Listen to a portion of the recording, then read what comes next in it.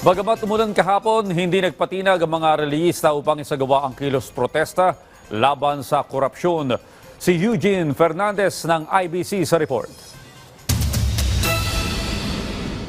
Hindi natinag ang mga relihista sa buhos ng ulan habang isinasagawa ang trilyon-peso march kilos protesta laban sa korupsyon sa People Power Monument. Bagamat may ilang napilitang umuwi, ang iba naman ay nagpatuloy para tapusin ang programa.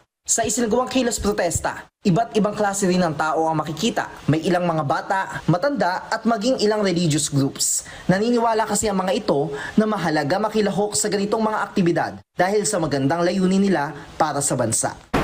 It's very important because first of all, it is a responsibility on our part. No? We are called to serve God. Of course, in serving God, we first serve the people, His people. No?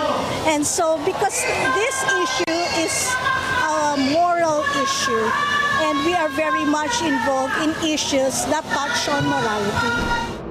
As a missionary, no, that especially our communities to preach the word of God. So it is very important for us to be aware as a religious that we are not just worries about spiritual, no, but also about the realities of the world. Dumating naman si Department of Interior and Local Government Secretary John Vic Remulla sa idinaos na protesta sa Menjola. Ayon sa kalihim, 100% prepared naman ang mga otoridad sa kahit na anong eventualities. Nakikita nyo kami dito, handa kami. Kung peaceful lang inyong intent, ay peaceful rin naman ang reception namin.